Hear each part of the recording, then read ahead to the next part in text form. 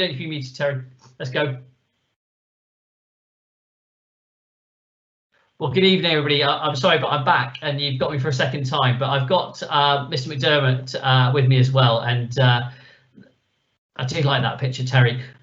So he's online with me, and he'll be answering any questions that you put through. Please do, ask anything in the Q&A bar as we go along, and we'll either pick them up as we go, or we'll pick them up in the Q&A session tomorrow evening. Can I have the next slide, please, John? So this is Mr. McDermott the other day. I said, we've got a session on HE and careers. He went, no, it's all careers, John, and had a bit of a pop at me. So although it's HE and careers, I'm now rebranding as careers because I've been told off about it, with the idea that all progression for young people is part of a careers journey. And I think that's the misunderstanding often. I don't know if you managed to see my assembly, the idea that careers is the journey that you start from the first day that you choose a school to go to, and any choices that you make are part of that careers journey. So we do guide the students all the way through the school on the careers journey, but we're going to specifically talk tonight about the sixth form career support that's in place.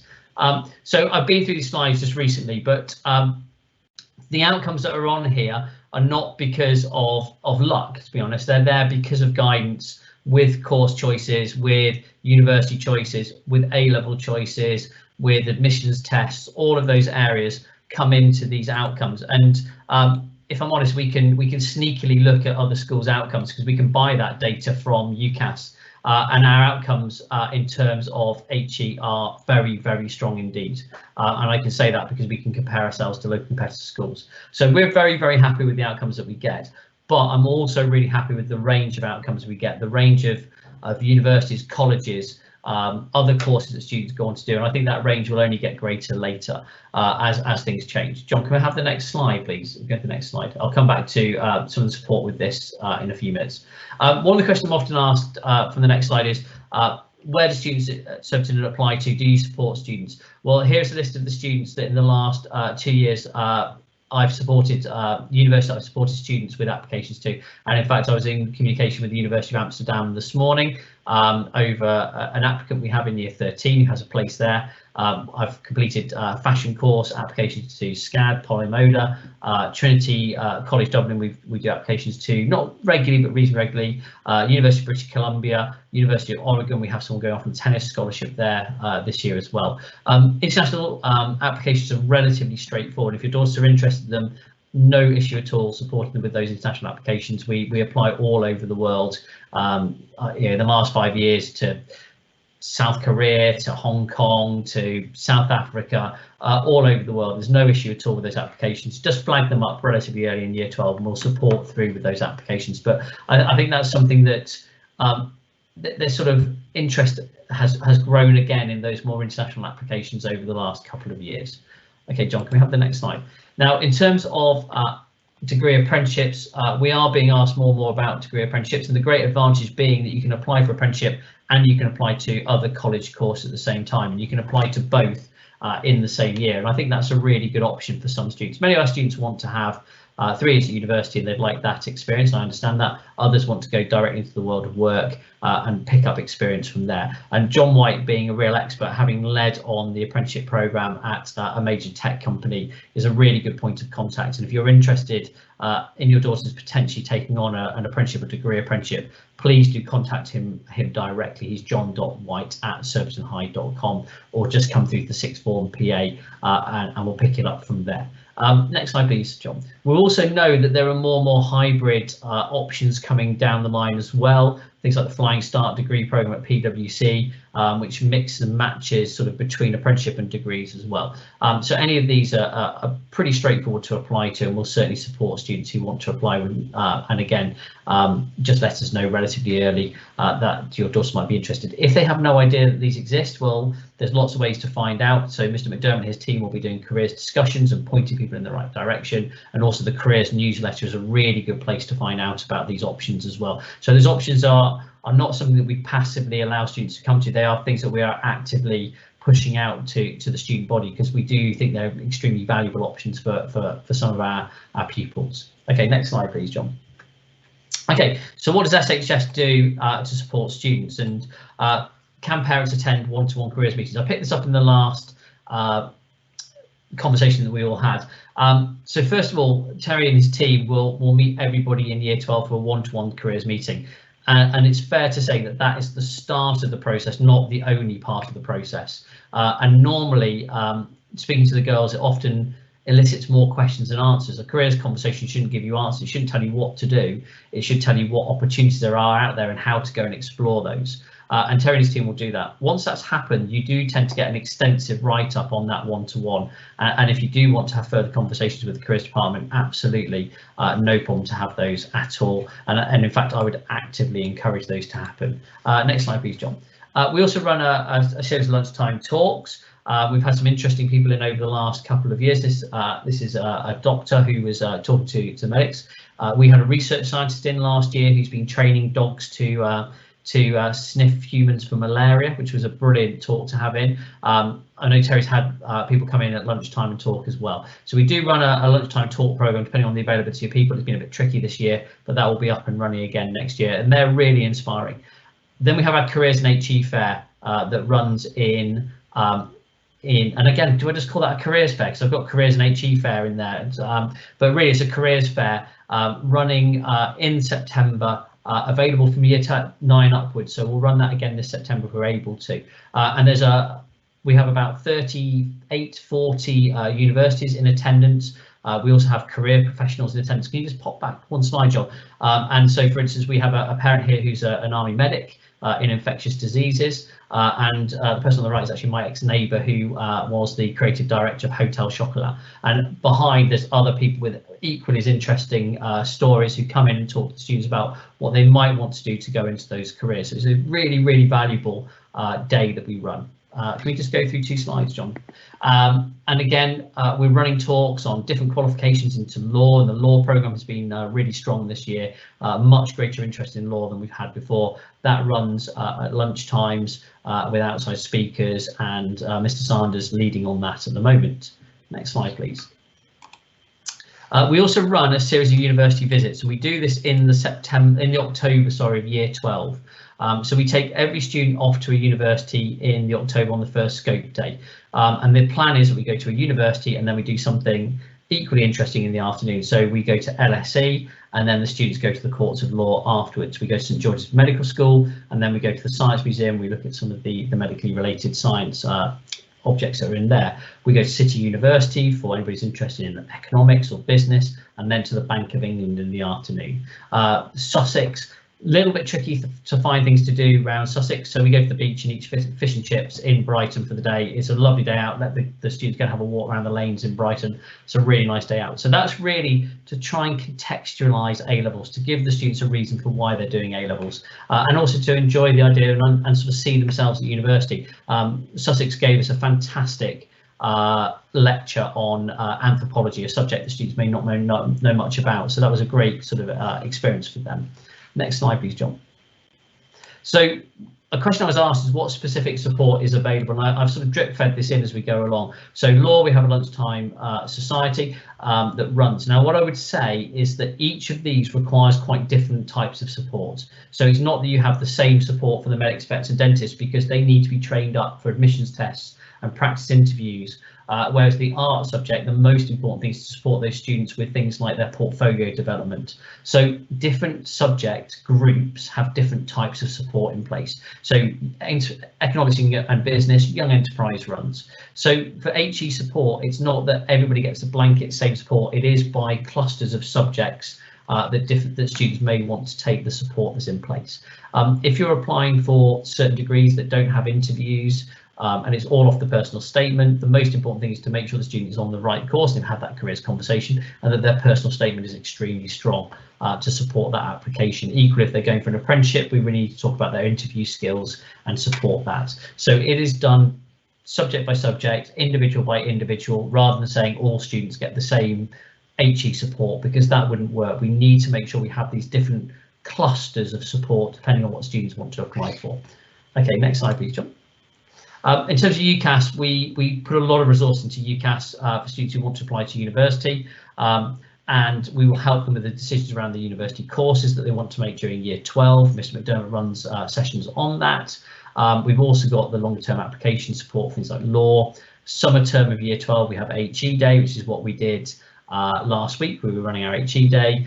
Personal statements are checked multiple times. We have an interesting personal statement support where every personal statement is read by a subject specialist, so we will make sure it's read by a subject specialist before it is sent off, and it will be proofread and checked as well, and that's on top of all the support that goes into making that in the first place. And we'll support with entry tests and interviews as well. Next slide, John. Now, Terry, I'm going to hand over to you actually, I think, at this point, if you're ready to go, because this is really under your stewardship. Yeah, thank you, Mr. Owen. I just wanted to highlight a few specific activities that we do in years 12 and 13 to support the students. So this here, the HE supervisions, and I just saw there was a question posted, is there specific support for humanities subjects? I only saw economics, business, law, and the medics and the art subject. So this is a very appropriate response to that question. The HE supervisions are something that we introduced for the first time this year off the back of some activities we did in lockdown last year, and each student in year 12 gets into a group roughly allied to their degree subject interest, and if they don't know what they want to do, then we have ways of grouping them in that case, and then they use this supercurricular Bible to find supercurricular activities, so things that are above their A-level studies, in order to start exploring the actual content of degree subjects, rather than just looking at the spec, which is the initial thing that people do, which is somewhat useful. We're actually interested in them getting engaged in their subjects in a bit more depth. John, could you change to the next slide, please? And so this supercurricular Bible has loads and loads of different resources. So, for example, if a student were going for linguistics, say, there's a MOOC here from Southampton University, all on areas of linguistics. So a MOOC is a little mini university course that you can do online for free, and that will really help a student to engage with their subject beyond their A-levels, and particularly for new subjects like law or anthropology or whatever it might be. It really helps them test out, is this a subject that interests me? And then if you can go to the next slide, John. Thanks. And then all the students in year 12 are put into supervision groups, broadly arranged by subject interests. So this is an example of one of the groups that I had, and each week the student will come back and report on the supercurricular that they've done. So in this case, the student did a lecture on political economy, and then they do a short little couple of minute presentation to their peers in their group, and then they explore the supercurricular Bible and other things to decide something to do for the next session. And what that really does, this activity over the spring term, is it helps them to really test out whether the content of the degrees they're thinking about really appeal to them. And then once they've decided on a particular degree, to have the material for writing a really compelling UCAS personal statement, the one-side essay that's in your university application, that convinces the university that you're suited to that course and that you're a really strong candidate. John, can we have the next slide, please? So that's one example of something that we do for all students that really helps them with their university applications. We also have an interview day, which happens at the end of year 12 usually, and that provides every single student is interviewed by someone in a career area that they are interested in. That can be good practice for university interviews as well. We have a lecture day, so in normal times we invite in academics from lots and lots of different universities to deliver live lectures, and students attend a variety of those. Again, that can be great for testing out their potential degree ideas, and then also content for their personal statements. We also have a few sort of area specific activities. So, for example, multiple mini interview evening. That's designed for medics, dentists, vets, and other healthcare prospective healthcare professionals. And students take part in interviews arranged in what are called stations. So in one station, they might have an ethics problem. In another station, they might have to deal with or speak to someone who's upset and find out what's wrong with them. So they're testing all the different skills that a healthcare professional might need, and that's increasingly what a lot of the veterinary, medical and dental schools are using. There's also work experience, so all your daughters should do work experience in year 11. It's been virtual for the last couple of years, but hopefully for your daughters it will be the real thing. But there is further work experience support in sixth form. So we've had a number of students, particularly those going off to do science degrees, get lab work experience through the careers department. That's really helped differentiate their applications. And I would encourage you to keep an eye out for the Careers and Higher Education newsletter. That goes out twice a year. That's on the Learning Space, the careers section of the Learning Space, along with the Supercurricular Bible. And that's got loads of information about apprenticeships, as Mr. Owen mentioned, competitions, academic competitions that can help differentiate your application, particularly for the more competitive pathways, university events, supercurricular, more supercurricular activities. So do keep an eye out for that, and that also keeps you up to date on things we're planning to do as well. Could I have the final slide, please, John? But one thing I think we really do get right here is that we make sure that our students are in the best possible position when it comes to their A-level choices before they join us. So in year 11, your daughters have already done the Moresby profile. They will all then have a careers interview in year 11. As part of that, we will look at their A-level choices, what they need for the careers they're considering, whether their Moresby aptitude profile sits well with their potential A-level choices. There will then be sixth form interviews with Mr. Owen and his team, and then there is follow-up from there. So what we're really trying to do is ensure students pick 3 strong A-levels that leave open the choices they might realistically want to consider. And that's borne out by our value added at A-level, which is, I think, the highest in the area. So the distance you can predict what a student will get in their A-levels based off their GCSEs, and we outperform that with our A-level students, partly because of this guidance we put in place. Mr. Owen? Yeah, thank you, Mr. Owen. Just to add a couple of things, I think it's a really good question we asked. What about students who want to do humanities or other subjects? There are around about 30,000 different degrees, combinations in the UK, from fire engineering at UCLan to hand embroidery at the University of Creative Arts, dairy herd management. You can do that as a foundation degree as well. What we would do for any student who wants to do something like that doesn't fit within an obvious cluster that we already support is we'll help them individually. Remember that students taking humanities courses will have things like theatre trips, they will have book clubs, they will have languages visits, all those sorts of support are in place as well. So whilst there might be some obvious clusters that we run all of the time, we will always support students independently, and we get people who want to do, Mr. McDermott is desperate to have a podiatrist one day and to have a student do podiatry. If a student wants to do podiatry, we would help that student independently.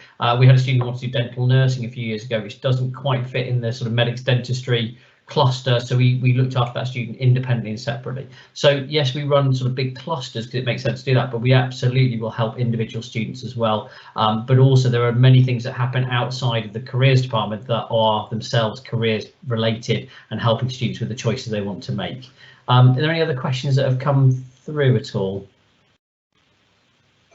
Hi, yes, just a couple of questions that have come through. Will you be offering A-level computer science? And what cluster would the girls studying science and maths be in? Okay, so science and maths, there are lots of things that happen there because we enter the national competitions in science as well. So there will be help with that. That's a good area to be in. We also make sure that our form tutors in the sixth form cluster with their form group. So in terms of support with science applications. I think the problem with science, of course, is it could be all the way from botany to nuclear physics within science. So again, whichever area within there would cluster in with support from individual staff probably for that, because it would probably be quite bespoke in that. If they want to enter national competitions, absolutely, we enter things like the Biology Olympiad and stuff like that as well, so they will be entered and there'll be support with that. So I missed the other question. Will you be offering A-level computer science? Yes, absolutely. We've got a head of computer science in place for next year. I think computer science is really important. We've got students this year and last year going off to do interesting computer-based degrees, and I think that's really important that we continue to support that, well, even more, to be honest, in the present situations that we're in. One of them is actually going off to do some computer security work at university, which I think will be a fascinating degree to do. Certainly we'll be offering that as an A-level this year coming, and obviously we'll be aiming to run that the year after, depending on the numbers that choose it. Any other questions that have come through? Let me just have a look. That's all for now. Okay, brilliant. The newsletter normally comes out on MIS. If you haven't got a copy of the newsletter, and we all get lots of communication from the schools that our children are at, and if you want a copy of it, again, just contact the sixth form PA and we'll be able to send out a link to that.